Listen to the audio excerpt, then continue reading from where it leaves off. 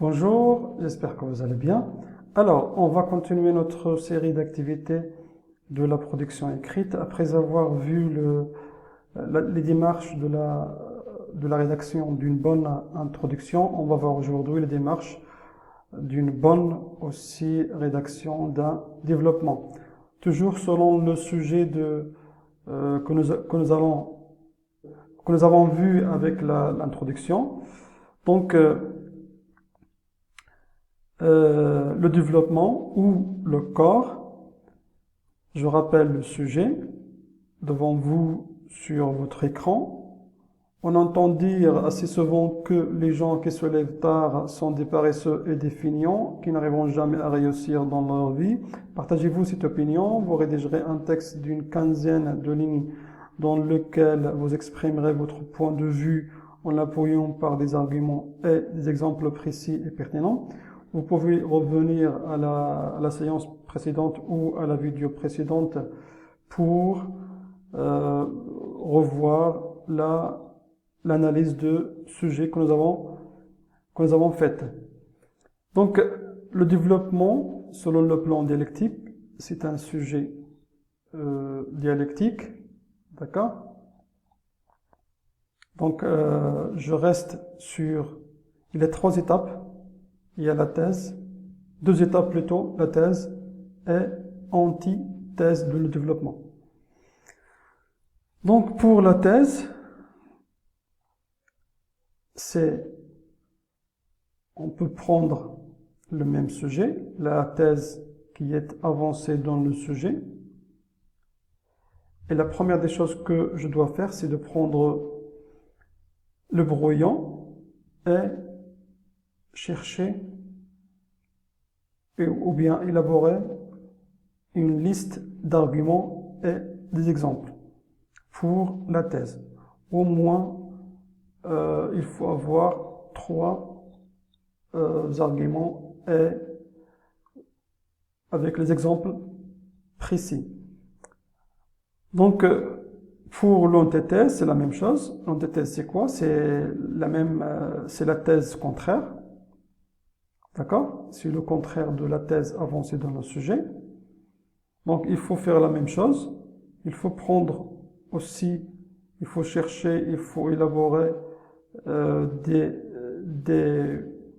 arguments pertinents et des exemples pour bien discuter le sujet, parce qu'il s'agit d'un sujet de réflexion.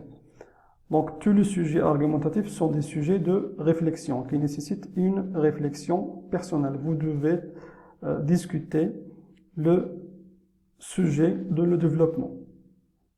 Il faut bien avancer des arguments dans la thèse, toujours organisés par les connecteurs logiques ou on les appelle aussi des connecteurs logiques ou des liens logiques.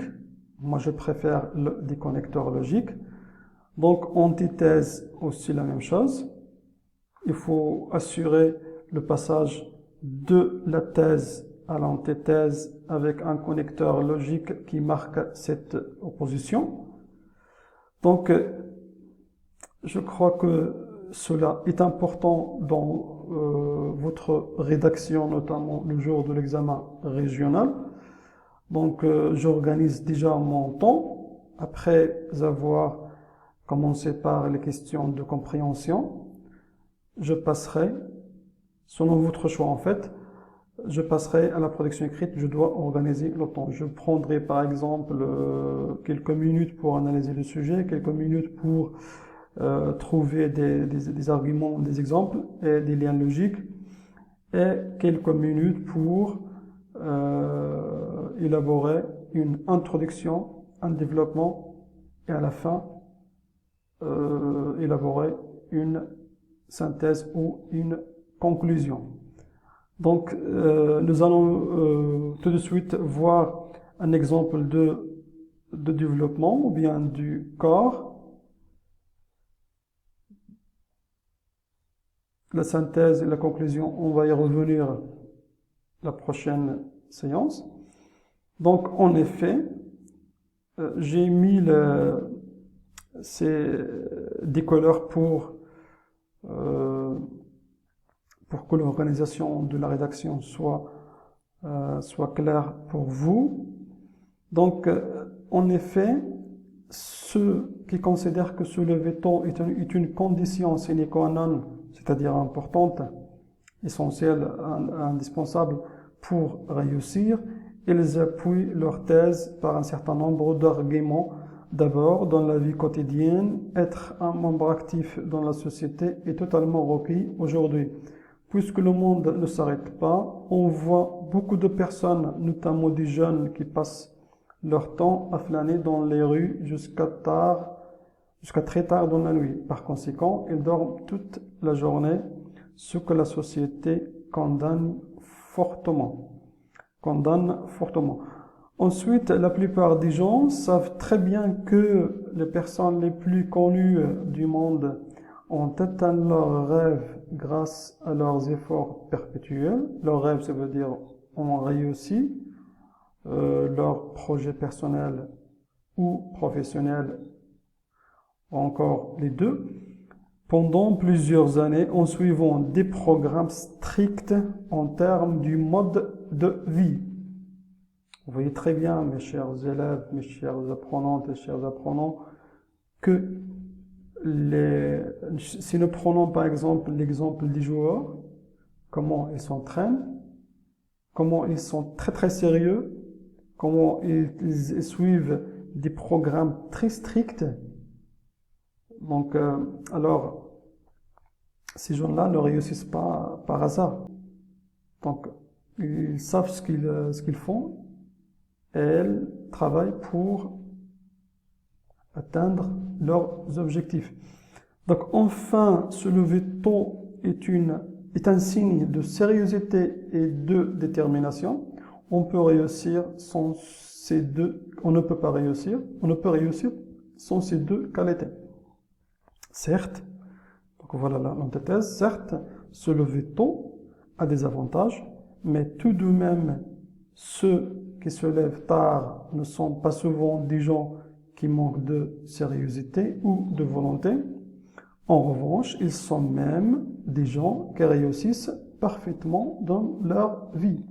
On peut se lever tard pour des raisons liées à la nature du travail ou de l'activité de la personne. Et puis, il y a énormément de fonctions nocturnes. Nocturne, c'est un adjectif relatif à la nuit. On peut citer celles qui sont en relation avec la santé, la sécurité, le secteur des transports, le commerce, l'industrie, etc. À vrai dire, la société a parfois tendance de faire des jugements tout faits et sans aucune base rationnelle et scientifique. Donc voilà un petit exemple qui n'est pas exhaustif. Et vous aussi, vous pouvez faire mieux que cela, à condition de organiser votre travail. Donc c'est tout pour aujourd'hui. J'espère vous retrouver très prochainement avec le reste de cette série, à savoir la conclusion. Au revoir.